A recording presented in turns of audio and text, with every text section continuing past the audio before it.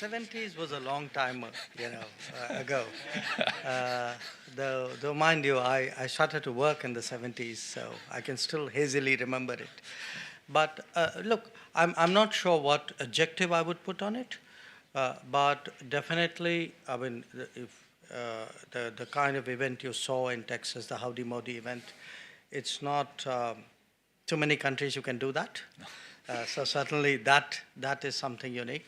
But the fact is, if you look at our relationship with the U.S., how much it's changed, the extent of convergences that we have with the U.S., shared interest in many areas, the size of the economic relationship, the trade, the investment, the knowledge relationship with the U.S., the fact that that has given rise to actually industries in the Indian economy.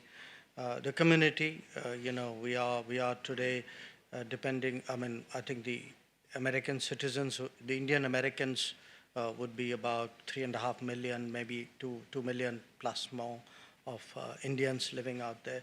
So you put it all together, and so many students. And very successful Indians too. Yes, many indeed, CEOs indeed. in the big companies. Absolutely. So if you put anyways, it's a pretty unique relationship. And I think that was reflected partly in what was visible at Houston.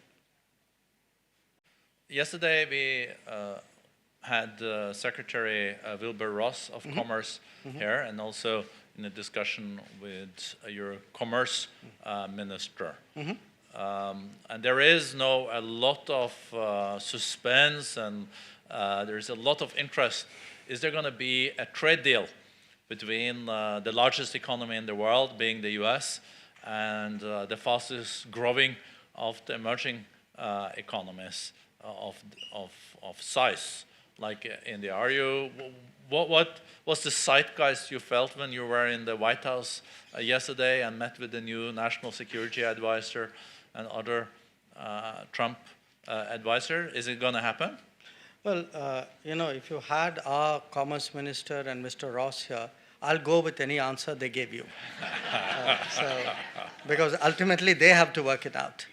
And the only thing which I can tell you... I think Lighthizer is involved too a bit. Yeah, sure.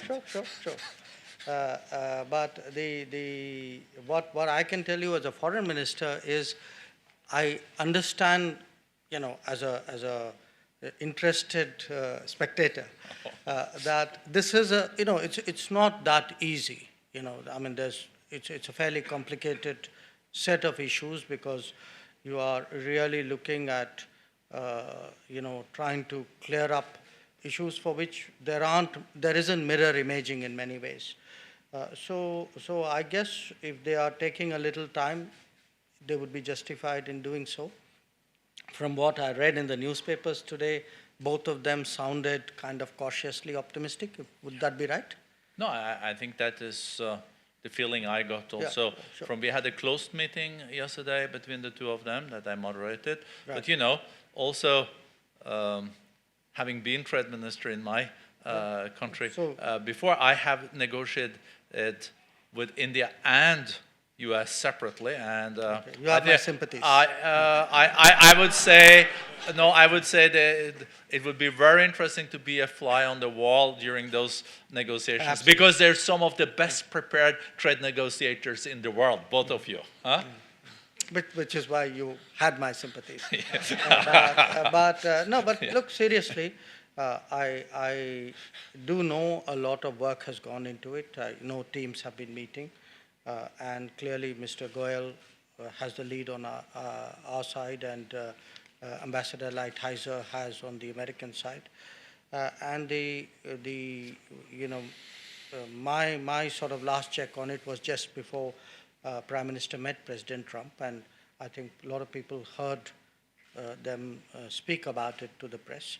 So whatever was the mood, the temperature check that you did yesterday, I guess that would really be the latest.